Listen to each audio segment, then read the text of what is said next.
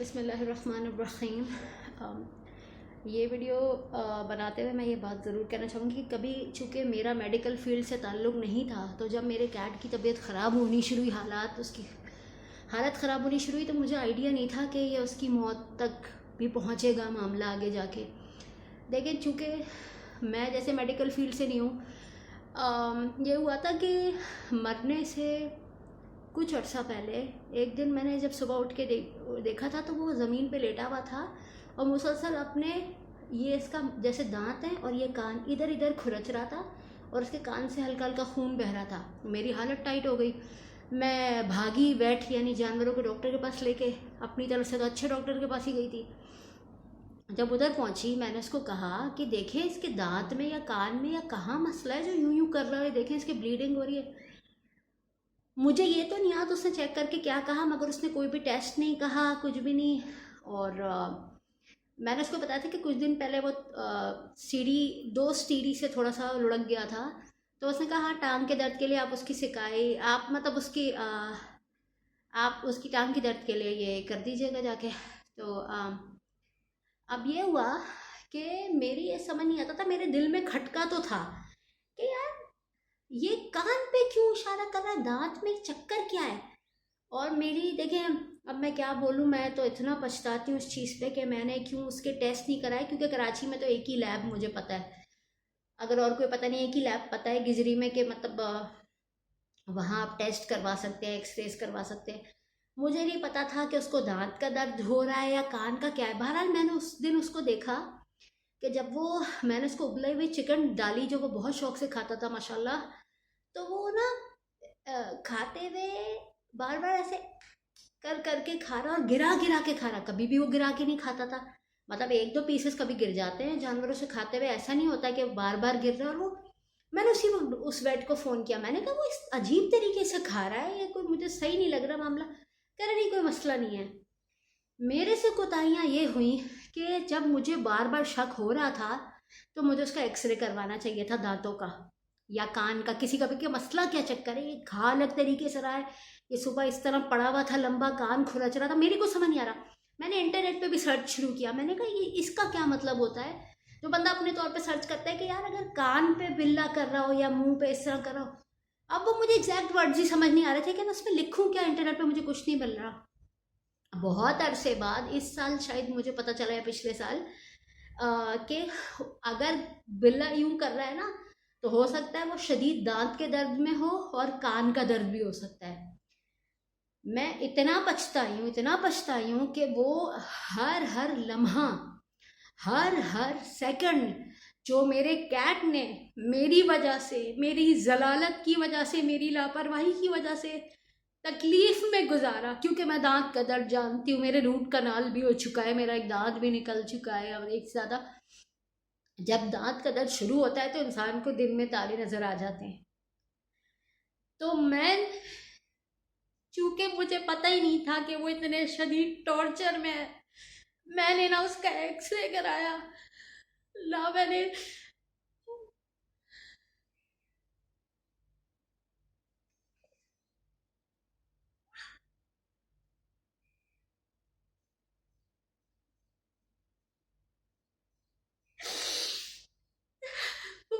मुझे पता ही नहीं था।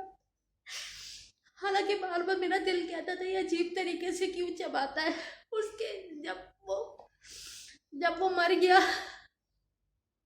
उसके बाद भी मैं इंटरनेट पे सर्च करती रहती थी कि क्या था यार अल्लाह, इसको हुआ क्या था। मेरे ख्याल से दांत का दर्द तो उसका था ही, मेरा अंदाजा है, क्योंकि इंटरनेट पे मैंने जितने भी दांत के दर्द बिल्ली के पढ़े, तो उस पर यही था कि वो इस तरह करने लगते हैं और खाते में गिराने लगा था।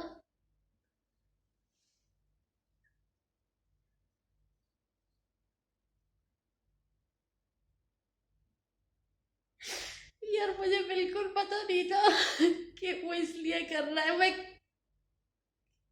मुझे उसका एक्सरे कराना चाहिए था, तो पता तो चल जाता कि डेंटल पेन है, फिर उसका क्या ट्रीटमेंट करवाना है।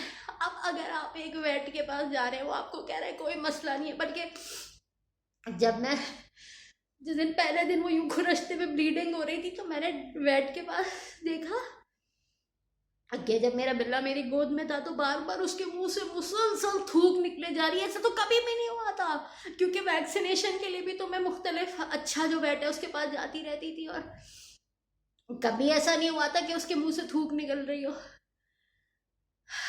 उसने कहा कुछ बात नहीं, वो पहले वो बाहर निकला है ना घर से, क्लिनिक देख रहा है तो उसके मुंह से थूक निकल रही है।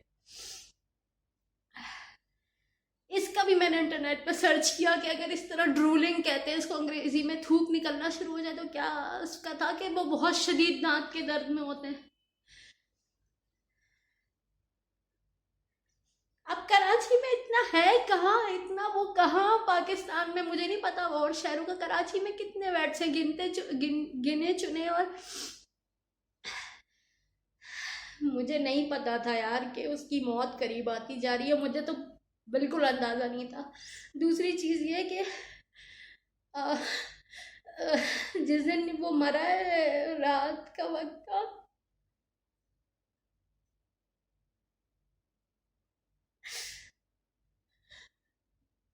और उस वक्त सारे क्लिनिक्स बंद हो चुके होते हैं।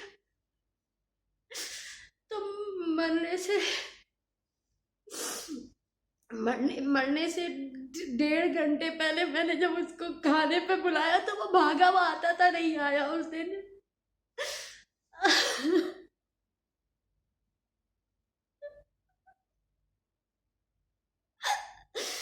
तो मैंने उसको प्यार किया पीछे गर्दन पे, तो उसने थोड़ी सी मुर्गी खाई, वो उससे चबाई नहीं जा रही थी, उसके मुंह से गिर गया वो है। फिर मैंने वो ऐसे ही जाके लेट गया। उसके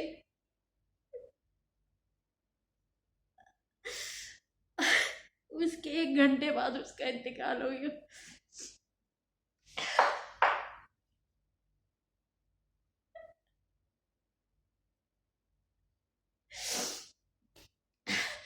और एक और चीज़ ये हुई थी कि वो मरने से 2-3 दिन पहले मैंने उसको देखा था, वो हमेशा यूरिन जो है वो अपनी लिटर ट्रे में ही पास करता था, लेकिन मरने से 3 दिन पहले जब वो बाथरूम कर रहा था उसमें तो आधा उससे बाहर हो गया, गलती से आधा लिटर के अंदर। तब भी मैं बहुत शॉक्ड रह गई थी कि हुआ क्या है। असल में जो मेल कैट्स होते, पर्शियन कैट था एडल्ट, तो बच्चा नहीं था, तो कभी कभी उनका यूरेथ्रा कहलाता है वो ब्लॉक हो जाता है, तो अगर वो यूरिन पास ना कर पा रहे हो सही तरह तो 2 से 3 दिन के अंदर अल्लाह बचाए उनकी मौत हो सकती है। मेल मेल बल्कि शायद 2 दिन से भी कम में, क्योंकि मैं इंटरनेट पे पढ़ रही थी यार। और जब वो मरा था उससे 2-3 मिनट पहले जब मैं उसको दवा पिला रही थी तो उसने ज़बान बाहर निकाल दी थी ना, जैसे ज़बान से जाम, ज़बान यूँ निकाल के उसने जाम कर दिया था अपना मुंह, तो मैंने यहाँ से डाल दिया तो उससे उसको ठसका लगना शुरू हो गया। मुझे रुकना चाहिए था। उसके बाद उसकी कुछ देर बाद, मिनट सेकंड्स के अंदर उसका इंतकाल हो गया था। और मैं ये सब बातें आप लोग को इसलिए बता रही हूँ कि अपने पेट्स की हालत को कभी भी हल्का नहीं लिया करें। चाहे, और एक एक चीज़ मुझे पता चली थी इंटरनेट से कि उल्टियाँ भी अगर बहुत शुरू हो जाए ना तो उससे भी मर सकते हैं। अल्लाह बचाए यार, अल्लाह मुझे माफ़ कर दे और मेरा कैट मुझे माफ़ कर दे, वरना क़यामत के दिन मेरा जो हशर होने वाला है ना। मैं इसीलिए कह रही हूँ कि ये जिम्मेदारी होती है बहुत बड़ी, जानवर पालना ये कोई मजाक नहीं होती कि मुंह उठा के ले आए उसको कोने में डाला अब वो सड़ता रहे, उसको ना खाना वक्त पे दे रहे हो ना पानी।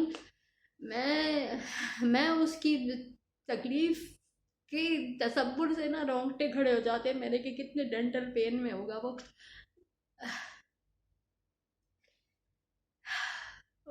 अल्लाह हाफिज।